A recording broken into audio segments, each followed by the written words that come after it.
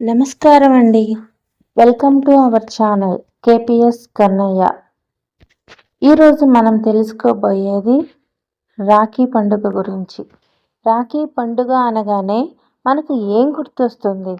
సోదరి కట్టే పవిత్రమైన రక్షాదారం, సోదరుడు ఇచ్చే జీవితకాలపు అండ, అవునా? కానీ ఈ తరం సమాజంలో ఈ పండుగ ఒక పవిత్రమైన బంధంలో ఉందా, లేక ఒక కమర్షియల్ బిజినెస్లా మారిపోయిందా? ఈరోజు మనం మాట్లాడుకోబోయే అంశం కొందరికి చేదుగా అనిపించవచ్చు, కానీ ఇది 100% నిజం.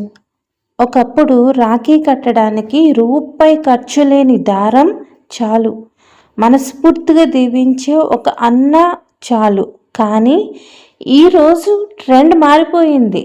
సోషల్ మీడియాలో షో ఆఫ్ ఎక్కువైపోయింది. సొంత బ్రదర్స్ కాకపోయినా కేవలం డబ్బులు ఇస్తారు, గిఫ్ట్స్ ఇస్తారు అని చెప్పి ఎవరికి పడితే వాళ్ళకు రాఖీలు కట్టేసే ట్రెండ్ నడుస్తుంది.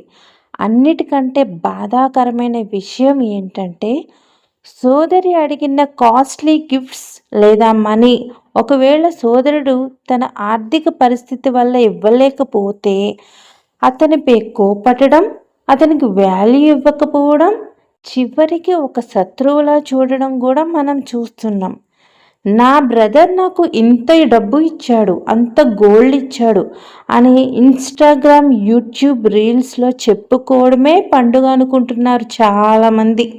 మన పురాణాల ప్రకారం లక్ష్మీదేవి పాతాళ లోకానికి వెళ్ళి బలిచక్రవర్తికి రాఖీ కట్టింది. ఎందుకు కట్టింది? బంగారం కోసమా? ఆస్తుల కోసమా? కాదు. తన భర్త అయిన మహావిష్ణువు క్షేమం కోసం, రక్షణ కోసం. రక్షాబంధనం అంటేనే ఎదుటివారి రక్షణ కోరడం, అంతే తప్ప ఎదుటివారి జేబులు ఖాళీ చేయడం కాదు. కేవలం డబ్బు కోసమే రాఖీ కడితే అది రక్షాబంధనం ఎలా అవుతుంది? కేవలం ఒక వ్యాపారం అవుతుంది. మరి ఈ పరిస్థితి మారాలంటే మనం ఏం చేయాలి? సోదరి కట్టే రాఖీలో అన్న క్షేమం కోరే ప్రేమ ఉండాలి. అన్న ఇచ్చే బహుమతిలో చెల్లిపై ఉండే బాధ్యత ఉండాలి. మీ బ్రదర్ ఎంత ఇస్తే అంత సంతోషంగా తీసుకోండి. ఒకవేళ ఏమీ ఇవ్వలేకపోయినా నీకు నేను ఉన్నాను అని ఇచ్చే మాటే అన్నిటికంటే పెద్ద గిఫ్ట్ అని సోదరీమణులు గుర్తించాలి. కేవలం గిఫ్టుల కోసమే రాఖీలు కట్టే ధోరణిని